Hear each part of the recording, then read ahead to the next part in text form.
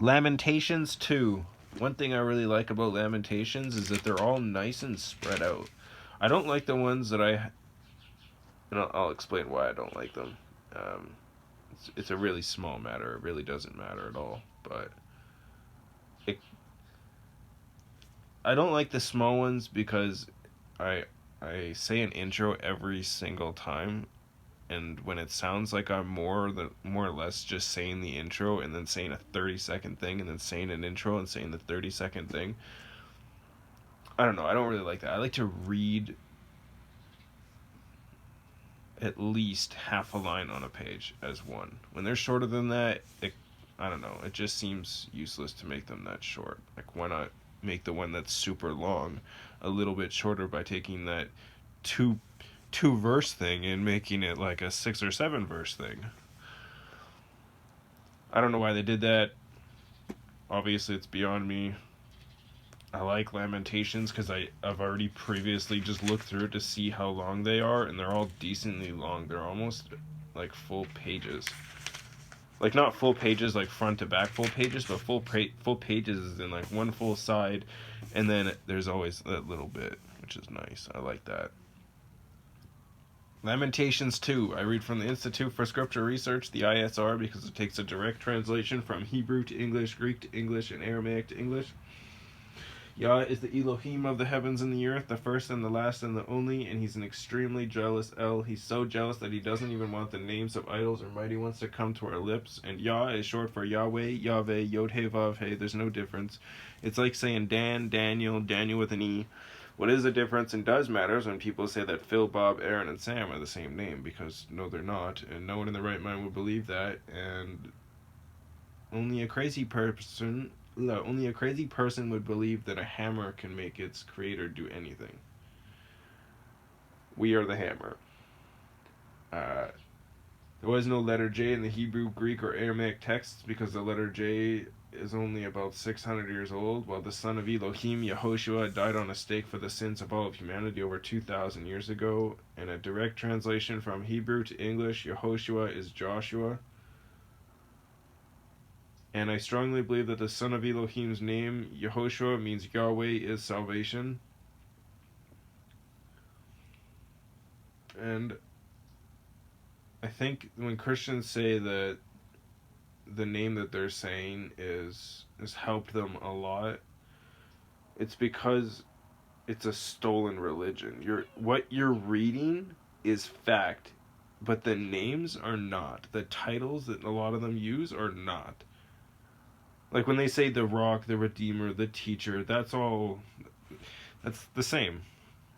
Because it's Yahweh's belief, but it was changed into what better fits man or Zionism, Israel. Until Yehoshua returns, Israel will always be run by the Babylonian Talmud, which is Satanism. And the reason why that is so is because Yahweh is teaching them a lesson about following him, and how he said that if you don't follow me, you're going to get the worst end of the stick, but if you follow me, you'll get the best end of the stick. And they're like, you know what, I want the worst end of the stick. So Yahweh literally gave them the worst end of the stick. And they're like, why would you do that? I mean, I just sinned 1,000,000,000 times and didn't care, and I like raped my sister and murdered my brother, but I mean, like, I won't do it again. And then they do it again. And they do it again, and they do it again, and they do it again. And you're like, you know what? You're obviously not learning. So the punishments got more severe and more severe and more severe. But at the same time, they were less severe because he stopped killing so many people for simple things. Like, you're no longer well, actually, if you go to some parts in Israel and you work on the Sabbath day, you will get killed. They have a zero tolerance, and you're going to their country, so you best respect their rules. You don't go to their country with your rules in mind going, yeah, you know what, you're going to respect me because I'm a foreigner. That's a joke.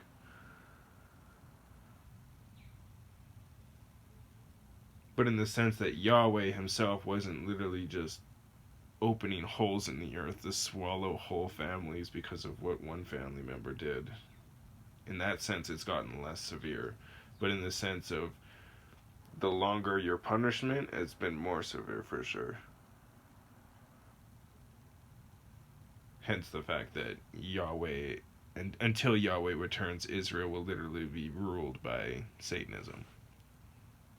But Lamentations, I may as well. 5 minutes in of literally just me talking. I'm so sorry. What's it at? So like 5:35ish is roughly when I start this, or 5:40. Anyways, Lamentations 2. How YahWeh in his displeasure has covered the daughter of Sion with a cloud. He has cast down from the heavens to the earth the comeliness of Yisrael, YISRA' with a half a check mark L, and has not remembered his footstool in the day of his displeasure. YahWeh has swallowed up without compassion all the pastures of Jacob. In his wrath he has thrown down the strongholds of the daughter of Yehuda. He has brought them down to the ground. He has profaned the reign and its rulers in the heat of displeasure. He has cut off every horn of Israel. He has withdrawn his right hand from before the enemy, and he burns against Jacob like a flaming fire, consuming all around. He has sent his bow like an enemy. He has sent his right hand like an adversary, and he kills all who delighted the eye. In the tent of the daughter of Sion he has poured out his wrath like fire. YahWeh has been like an enemy. He has swallowed up Israel. He has swallowed up all her palaces. He has destroyed her strongholds, and he increases mourning and lamentation. In the daughter of Yehuda he has demolished his booth like a garden. He has destroyed his place of meeting. YahWeh has made the appointed times and Sabbaths, Sabbaths, Sabbaths, to be forgotten in Sion, and despises sovereign and priest in his raging displeasure. YahWeh has cast off his slaughter place. He has rejected his set-apart place. He has delivered the walls of her palaces into the hand of the enemy. They have made a noise in the house of YahWeh. As on the day of an appointed time, YahWeh has planned to destroy the wall of the daughter of Sion. He has stretched out a line. He has not turned back his hand from destroying, and he has made the rampart and wall to lament together. They have languished. Her gates have sunk into the ground. He has destroyed and broken her bars. Her sovereign and her rulers are among the nations. The Torah is no more, and her prophets have found no vision from YahWeh. The elders of the daughter of Sion sit on the ground, are silent. I just want to point out that when it says that the Torah is no more, it's because people don't believe it no more. That's why it's no more. Not saying it's no more as in we should throw it out because it's no more. That is not at all what it says.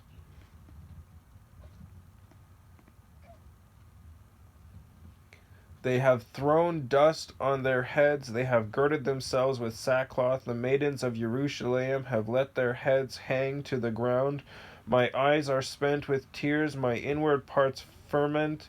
My bile has been poured on the ground because of the destruction of the daughter of my people. As children and the infants languish in the streets of the city, they say to their mothers, "Where is grain and wine?"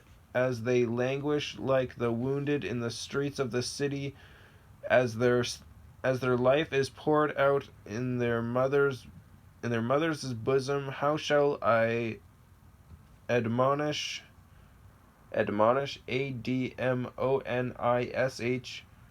how shall I admonish you? To what shall I compare you, O daughter of Jerusalem? To what shall I liken you to comfort you? To what shall I liken you to comfort you, O maiden daughter of Sion?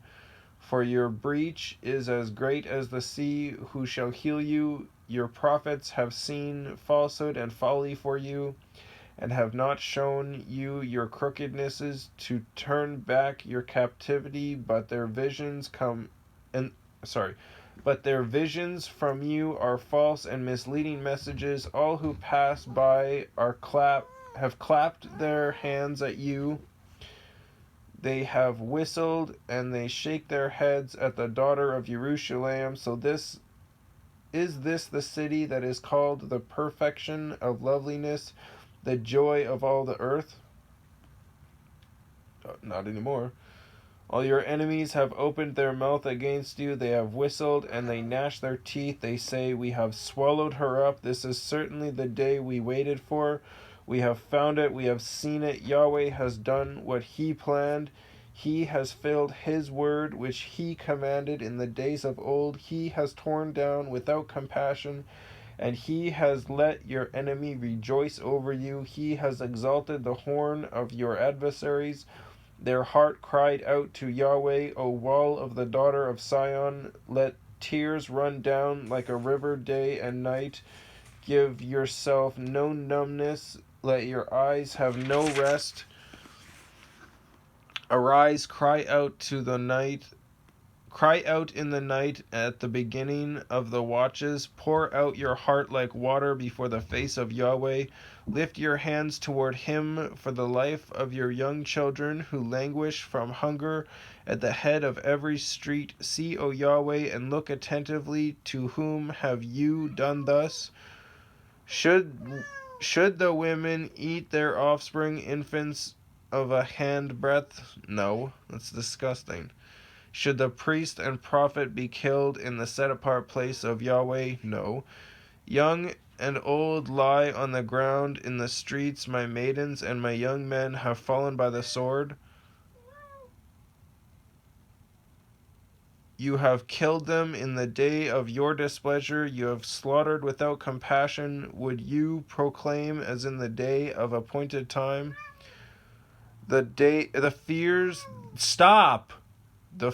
that surround me, and no one escapes or survived in the day of the displeasure of YahWeh. Those whom I have nursed and brought up, my enemy has destroyed. Interesting. You can wait till I'm done reading a book. Yeah.